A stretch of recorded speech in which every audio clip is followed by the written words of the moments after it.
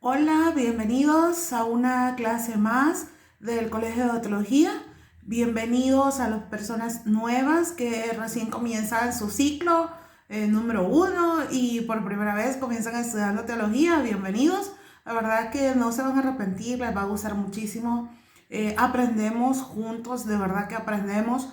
Y es muy importante, ¿verdad?, que conozcamos como a más profundidad la palabra de Dios. Entonces, es importante que comencemos y que lo hagamos bien, ¿verdad? Así que bienvenidos también a los que ya tienen sus años de estar estudiando en el Colegio de Teología, bienvenidos también a los que pronto se van a graduar. Así que bienvenidos todos, bienvenidos porque vamos a comenzar ahora. Una de las materias que yo voy a estar impartiéndoles es vida de Jesús. Mire, yo quizás creo que en todas las materias digo que me encantan, pero hay cierto encanto en cada una de las materias. Y vida de Jesús me gusta mucho porque me hace ver al Jesús que estuvo acá en esta tierra, que sufrió al igual que usted y que nosotros con muchas cosas y que lo superó todo porque era 100% Dios, pero también era 100% hombre. Entonces, conocer un poco acerca de la vida de Jesús es interesante. Y vamos a comenzar con algunas generalidades, vean. Vamos a ir leyendo su separata y para que ustedes al ver este video pueda ayudarles cuando ustedes vayan llenando, ¿verdad?, el laboratorio que está al final del material que nosotros tenemos acá. Y dice acá: el estudio de la vida de Jesús es una secuencia cronológica desde su nacimiento hasta su muerte. Significa que vamos a dar un poco de énfasis justo a esas dos partes, ¿verdad? Ya sea el nacimiento o a su muerte y todo lo que hubo en medio. De Jesús no hay detalle a detalle, año con año, ¿verdad?, que fue lo que hizo, pero vamos a ver, dice aquí, una secuencia cronológica.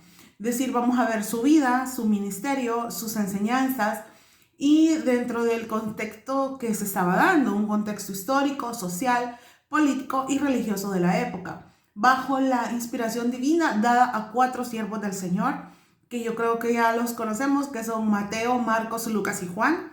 Son los 4 evangelios los que nos van a dar un panorama general acerca de la vida de Jesús. Dice que revelan muchísimo de lo que nosotros no necesitamos saber. Nos dice no solo lo que dijo e hizo, sino cuándo y por qué lo dijo. Nos ayuda a entender la profundidad de la emoción y el drama que él vivía diariamente. Y nos da las respuestas a las preguntas definitivas de la vida. ¿Quién es Jesús? ¿Por qué vino? ¿Y qué impacto, dice aquí, debe tener su vida sobre nosotros en la actualidad? Las respuestas pueden sorprendernos, en serio. O sea, ¿qué necesidad tenía Jesús de estar acá, en esta tierra, y sufrir por nosotros? O sea, había un plan perfecto de Dios y que nosotros vamos a darnos cuenta que cada evangelio lo ve desde su punto de vista, y eso vamos a estudiar un poquito. Luego tenemos un objetivo general de la materia, que es conocer al autor de nuestra salvación. Luego algunos objetivos específicos: alcanzar un mayor conocimiento de Jesús para seguir sus pasos, y creo que quizás después de estudiar esta materia usted va a tener como un poco más de conciencia con respecto a lo que Jesús vivió, y saber que sí podemos, nosotros como seres humanos podemos tratar, ¿verdad?, e intentar hacer lo que Jesús hizo acá en esta tierra y descubrir, dice, por la palabra más de su gloria para caminar con los ojos puestos en él y continuar la obra que él inició, que es predicar las buenas nuevas de salvación. Luego vemos acá, tenemos una pequeña introducción donde dice: muchos cristianos creemos conocer acerca de la vida de Jesús, ya que con frecuencia, dice, escuchamos de él a través de las predicaciones, estudios bíblicos, casas de oración, células, campañas, eventos evangelísticos. Mas, sin embargo, debemos saber que ni aún pasaríamos cada día solo oyendo de él, podríamos conocer todo lo referente a todos los distintos aspectos de su vida, su ministerio y sus enseñanzas. Por lo tanto, dice, el tema referente a Jesús sigue siendo fascinante, mantiene mucho interés y no es un tema aburrido, porque el protagonista principal es el de Dios hombre, que dio a conocer al Padre invisible, impartió las más excelentes enseñanzas, llevó una vida incomparable, obró milagros de misericordia, redimió a la humanidad mediante su muerte y colocó los fundamentos de la iglesia. Conocer de Jesús, ¿verdad?, bien de cerca, en cuanto a lo que dice la Biblia de lo que Él hizo cuando estaba acá en la tierra, es súper importante, porque eso nos va a ayudar a darnos cuenta que nosotros igual somos seres humanos, al igual que Él estuvo acá, que Él puede entendernos. Y quizás eso es lo que muchas veces nosotros creemos que no es así, pero Él nos entiende perfectamente y deja que pasemos situaciones y circunstancias porque serán buenas para nuestra vida. Dice, ¿dónde encontraremos entonces información segura sobre los hechos históricos de la vida de Jesucristo? Dice acá, los encontraremos en la Biblia, en el Nuevo Testamento, por medio de los 4 evangelios que ya antes mencionado: Mateo, Marcos, Lucas y Juan. Dice que ahí están registradas no biografías de Jesucristo, es decir, no viene con detalles de día, hora y todo lo demás, pero dice que vamos a ver algunos de los muchos hechos ocurridos durante la vida terrenal de Jesús, presentándolo como el Hijo de Dios, el Mesías prometido y el Salvador de los pecadores. Y hay una importancia al estudiar este libro. Y la importancia no la podemos evaluar solamente por el lugar sobresaliente que ha tenido en la historia. Y dice, pues aún mayor la importancia espiritual que encierra la persona de Jesucristo, ya que comparada con los sucesos y eventos de aquella vida inigualable, radica toda la esperanza del mundo perdido y pecador. Es precisamente por eso, dice, que al dedicarnos al estudio de la vida histórica de Jesús, hemos de detenernos a menudo para examinar minuciosamente las enseñanzas espirituales del Divino Maestro, pues Él tiene palabras de vida que nos conviene conocer a todos. Por lo tanto, nos conviene considerar las fuentes de información que existen acerca de Jesucristo. Es importante que cada uno, o sea, si usted puede hacerlo, ¿verdad?, de manera individual, podamos ir leyendo, ¿verdad?, estos 4 libros que conocemos como los 4 evangelios que presentan a Jesús de diferentes formas. Y vamos a ir viendo, tal vez no detalle a detalle, como un exégesis de cada versículo, pero sí vamos a ir viendo qué es lo que nos dice uno u otro acerca de la vida de Jesús y cómo algunos hechos están registrados en un evangelio, algunos otros no, pero uno es el complemento del otro. Luego tenemos acá un trasfondo histórico y político de la época de Jesús, y había un periodo intertestamentario, se llama. Dice que a ese periodo se le conoce como el tiempo o periodo de silencio entre el Nuevo y el Antiguo Testamento, algunas veces llamado entre los 2 testamentos. Dice, porque durante todos esos años no hubo ningún profeta que hablara ni escribiera. Sin embargo, hubo muchos sucesos de gran importancia durante ese periodo. Esto significa que fue entre el último de los profetas, que fue Malaquías. Si usted se recuerda, hay una división entre el Antiguo y en el Nuevo Testamento. En el Antiguo Testamento terminamos con el profeta Malaquías y luego comenzamos con el libro de Mateo en el Nuevo Testamento. Entonces, al espacio de tiempo que hay entre el Malaquías, el final de los tiempos de Malaquías y el inicio de Mateo, a ese es el que se le llama entre los 2 testamentos, intertestamentario, o también conocido como el periodo de silencio, porque ningún profeta, nadie hizo nada, ¿verdad?, con respecto a lo que Jesús iba a hacer o a que Jesús iba a venir. Nadie lo mencionó durante todo ese tiempo. Dice que encierra más o menos un periodo de 400 años aproximadamente. Dice que este periodo quiere decir de que no se paró la historia y todo lo demás, ¿verdad? Todo seguía. Simple y sencillamente que las situaciones habían cambiado un poco porque nadie estaba registrando lo que estaba sucediendo. Dice acá que es por varias y múltiples razones necesario considerar detalladamente el periodo que precede al nacimiento de Jesús. Si bien muchos tenemos una idea general de los acontecimientos del Antiguo Testamento, muchos o muy pocos saben acerca de los importantes eventos ocurridos. Y el periodo del silencio dice que durante ese tiempo sucedieron varios eventos y aquí se mencionan 4 de ellos que vamos a tomar en cuenta. Dice, el imperio dominante del mundo cambió de los persas, pasó a los griegos y de los griegos finalmente a los romanos, que es donde comienza el libro de Mateo y todos los evangelios. Ustedes se dan cuenta que estaba el imperio romano, pero entonces pasó de los persas a los griegos y de los griegos a los romanos. El sumo sacerdote tomó el máximo poder político entre los judíos. Era como el que estaba a cargo, ¿verdad? Como el gobernante de esa época, dice, del poder político. Se desarrollaron los partidos, dice acá, de los fariseos y saduceos y otras comunidades religiosas. Aquí, cuando Roma llegó a gobernar, entonces se dieron todos estos detalles de fariseos, saduceos, y habían otros que vamos a ir mencionando.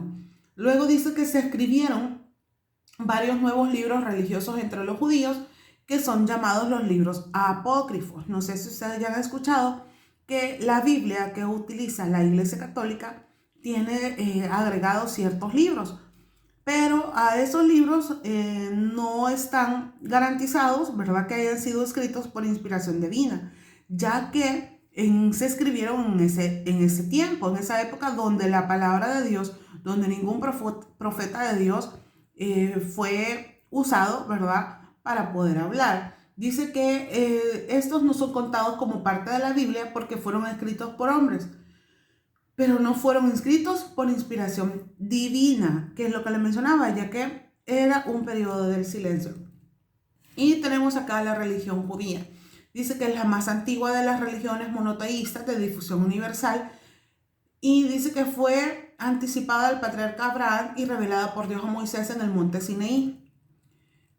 Si ustedes se dan cuenta, esto es importante que retomemos, ¿verdad?, desde ese punto, desde Moisés, desde Abraham, para que nos demos cuenta de acerca de la religión judía que se estaba practicando en ese momento. Dice, la fe judía en esencia era la creencia en un solo Dios creador, cuya unidad es indivisible, inmaterial y por lo tanto irrepresentable, eterno y por ello inmortal, infinito y por ello inabarcable para la mente humana.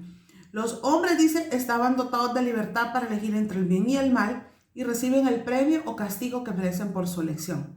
El Dios del judaísmo, dice, se manifiesta en el mundo y en la historia. En el mundo, al regirlo con su providencia mediante la renovación continua de su obra de creación. Y en la historia, al haber elegido a Israel como su pueblo para servirle y dar testimonio de él en la tierra. Elección que se sella con un pacto por el cual Israel recibe la Torá y acepta la responsabilidad de cumplirla. Significa que a este tiempo, a Mateo, ¿verdad?, había sido escrito nada más ese libro, la Torá.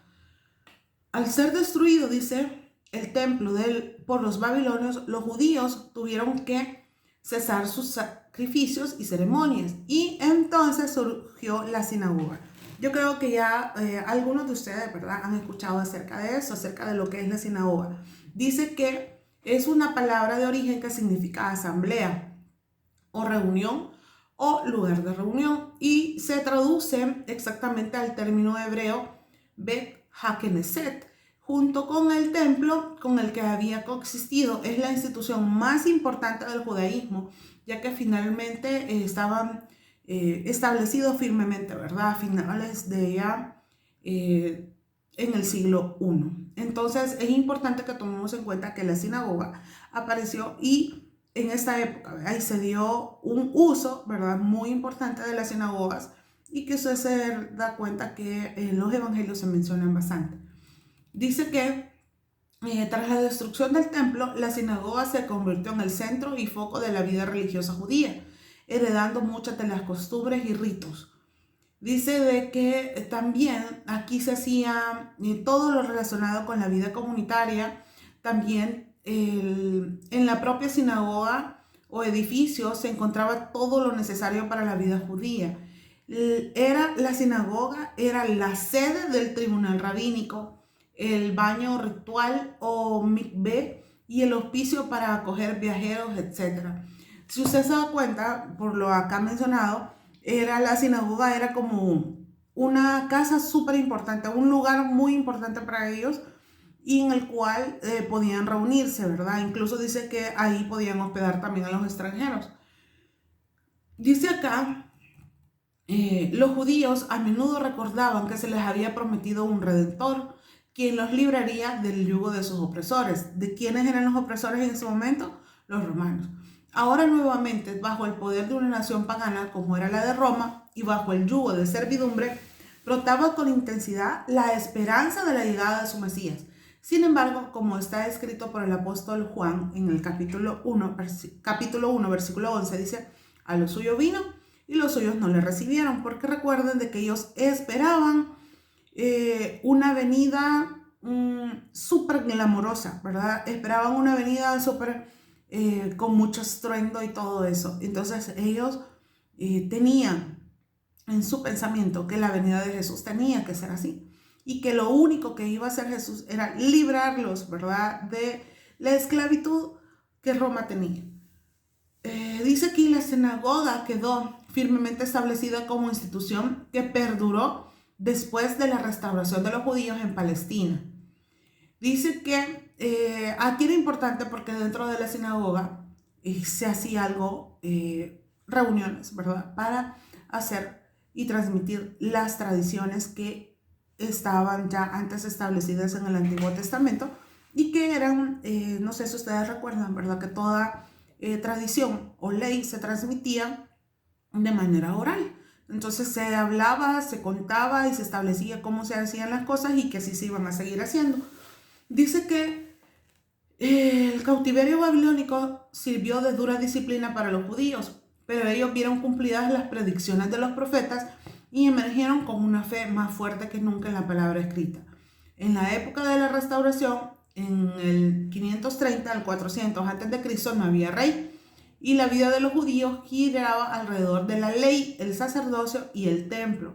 Los sacerdotes gobernaban al pueblo, se estudiaban intensamente las escrituras y los judíos llegaron a ser el pueblo del libro, porque ellos leían mucho, ¿verdad?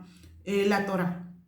Como resultado de los estudios, vea que aquí es donde surgen, vea, de tanto estudio que ellos hacían, surgieron los sacerdotes y escribas, que los escribas eran los estudiosos profesionales que copiaban las escrituras. Prepararon un cuerpo cada vez más grande de interpretaciones de la ley y de las reglas basadas en ella. Este cuerpo o código se llamaba Mishnah o ley oral o las tradiciones de los ancianos. Sus reglas pasaron a ser tan obligatorias como la ley misma, aunque a menudo no reflejaban la intención divina. Es decir, ellos establecieron sus propias reglas, ellos decían que estaban basadas, ¿verdad?, en el Torá. Entonces, esa es parte de lo que tuvo que convertirse en una ley en ese tiempo. Dice que se prescribieron múltiples reglas exactas para cada oración. Por ejemplo, se prohibían 30 actividades para el día sábado. Entre ellas, recoger espigas y rastrear el grano con las manos, caminar más de 900 metros. Jesús hace notar que estos intérpretes de la ley imponen a los hombres cargas que no pueden llevar, es decir, las habían hecho basados en sus cosas, en sus necesidades y en lo que ellos creían que era lo correcto. No estaba basado en lo que decía el Torá, sino que eran unas reglas humanas. Dice de que ellos habían prescrito 30 actividades que no se podían hacer el día sábado, el día del reposo, y ellos las habían establecido. Dice que entonces Jesús hace notar que estos intérpretes de la ley imponen a los hombres cargas que no pueden llevar y quebrantan e invalidan el mandamiento de Dios por su tradición. A la tradición le llama mandamiento de hombres. Vea cómo va tomando forma esta historia para que tengamos nosotros un preámbulo acerca de lo que vamos a ir leyendo en los evangelios. Dice aquí en el Sermón del Monte la frase: oísteis que fue dicho a los antiguos. Parece referirse a la mezcla de las enseñanzas del Antiguo Testamento con la tradición rabínica, a la cual Jesús se opone diciendo: pero yo os digo. Es decir, cuando Jesús decía esas frases no se refería al Torá en sí, sino que a la ley de hombres que ellos mismos habían establecido. Es importante que nos demos cuenta de que hay un trasfondo histórico, político, ¿verdad?, y religioso antes de que nosotros comencemos a hablar acerca del nacimiento de Jesús. El ambiente que se estaba viviendo no era fácil. Definitivamente la palabra de Dios no estaba durante un periodo de 400 años, no estuvo. Entonces, ¿qué sucedía? La gente empezó a decir, bueno, pongamos esto como una regla, hagamos esto como una regla, y empezaron a escribir. Entonces, cuando Jesús se refería a eso, que no hicieran Las cosas de la ley que para ellos habían establecido como ley, se refería a esas cosas que ellos habían inventado, digamos así, o que ellos habían establecido para que el pueblo se rigiera. Entonces, vemos cómo todo esto tiene sentido. En realidad, y es importante que podamos tener un panorama así general acerca de lo que estaba sucediendo en ese tiempo. Gracias de verdad por su tiempo, gracias por llegar hasta acá. Esto les va a ayudar a ustedes a que puedan ir llenando fácilmente a su laboratorio. Nos estamos viendo en la próxima clase de Vida de Jesús. Que Dios les bendiga.